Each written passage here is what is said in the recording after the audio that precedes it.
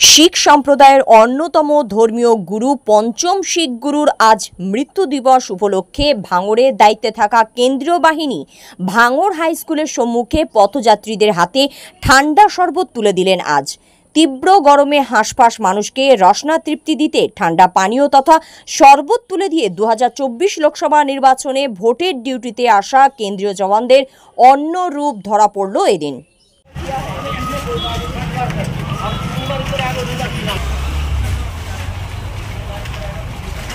Thank you, ওনাদের অনেক ধন্যবাদ জানাই। আমরা ভাঙড়ে দেখিনি এই প্রথমে জওয়ানরা এরকম একটা কাজ করছে, আমরা খুব খুশি জওয়ানদের উপর। কি বলবেন সে জওয়ানদেরকে আমরা স্যালুট জানাই, জওয়ানদেরকে আমরা অনেক শুভেচ্ছা ভালোবাসা জানাই।